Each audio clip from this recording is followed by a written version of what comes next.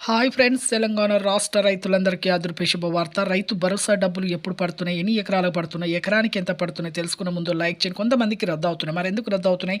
అలాగే రుణమాఫీ డబ్బులు కూడా మాఫీ అవుతున్నాయా లేవా? తెలుసుకునే ముందు మరి ఎన్ని లక్షల వరకు మాఫీ అవుతున్నాయి?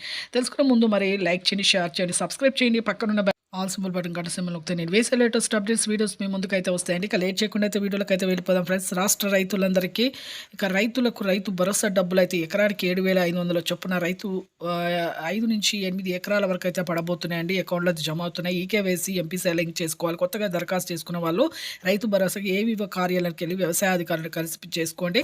అలాగే ఎంపీసీ లింక్ అంటే ఏం లేదంటే ఫోన్ నెంబర్, ఆధార్ కార్డ్, అలాగే మీ ల్యాండ్ పాస్‌బుక్ పత్రాలు అయితే ఉండాలి. అలాగైతే మీకైతే డబ్బులనేది అకౌంట్‌లో అయితే జమ అవుతాయి. ప్రస్తుతం అయితే అలాగే పంట పొలాన్నయితే సాగు చేయాలి. రాళ్ళు రప్పలైతే అలా సాగు చేయాలి. సాగు చేయకపోతే అయితే డబ్బులైతే అకౌంట్‌లో అయితే పడవు. అలాగే రుణమాఫీ డబ్బులు 1,00,000 లోపైతే ఇప్పుడు 42,000 వరకైతే ప్రతి ఒక్కరికైతే వేయడం జరుగుతుంది. 2,00,000 వరకైతే మాఫీ చేశామని చెప్పడం జరిగింది. థాంక్స్.